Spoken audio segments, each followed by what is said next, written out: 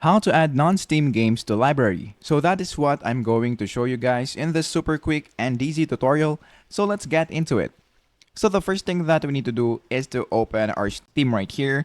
And then once we open our Steam, the next thing that we need to do is to click this library right here and then click home. Once you do that, you should be able to see all of the games that you have downloaded in Steam. Now, if you want to add a game that is a non-Steam game, all you have to do is to go here on the bottom left corner of the screen and then click this, and then click add a non-Steam game.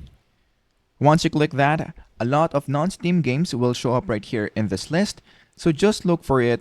Let's say, for example, that this one right here, Roblox Player, we can check that and then click add selected programs.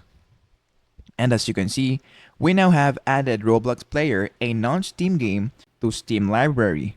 Now, if you didn't find the game or the non-Steam game that you want to add into your library right here, all you have to do is to click browse right here and then just go here on the program files and then just scroll down until you see the file of the game that you want to add, and then just click it and then look for the exe file.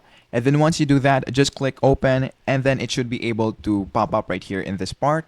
And that is basically it. So that is how to add a non-Steam game to library.